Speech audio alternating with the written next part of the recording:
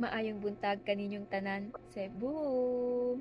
So now, we're here in Lapu-Lapu City, located on Mactan Island, Cebu, Philippines, known as the historic resort city and the gateway to Cebu. And as you can see, I'm wearing their traditional clothing. So ano pang hinihintay nyo?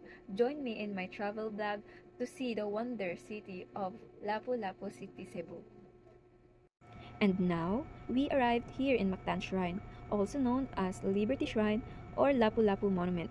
It is a memorial park on the island of Mactan in Lapu-Lapu City, Cebu, Philippines. Lapu-Lapu Monument is a bronze statue which commemorates Lapu-Lapu, a native leader who defeated Spanish soldiers led by Magellan in the 1521 Battle of Mactan. And for our next destination, we will witness the performance of Kadaugan sa Mactan Festival, which commemorates the victory of Lapu-Lapu over Ferdinand Magellan in 1521. Tara!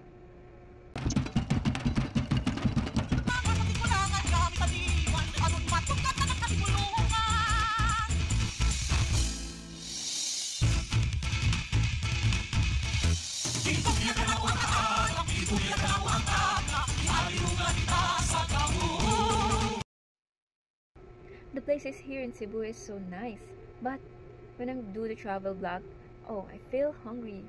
And tignan natin kung anong masarap na makakainan dito sa Cebu. Here in Lapu-Lapu City is famous for its seafood, particularly its sutukil, a dish made from grilled, stewed, and raw fish, and its lechon.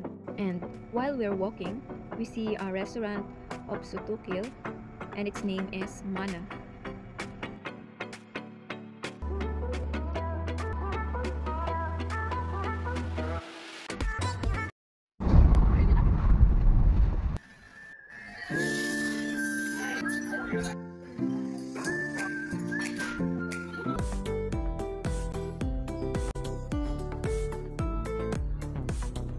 So, we see that Cebu is a wonderful place to travel, and now, let's enjoy their beautiful nature here.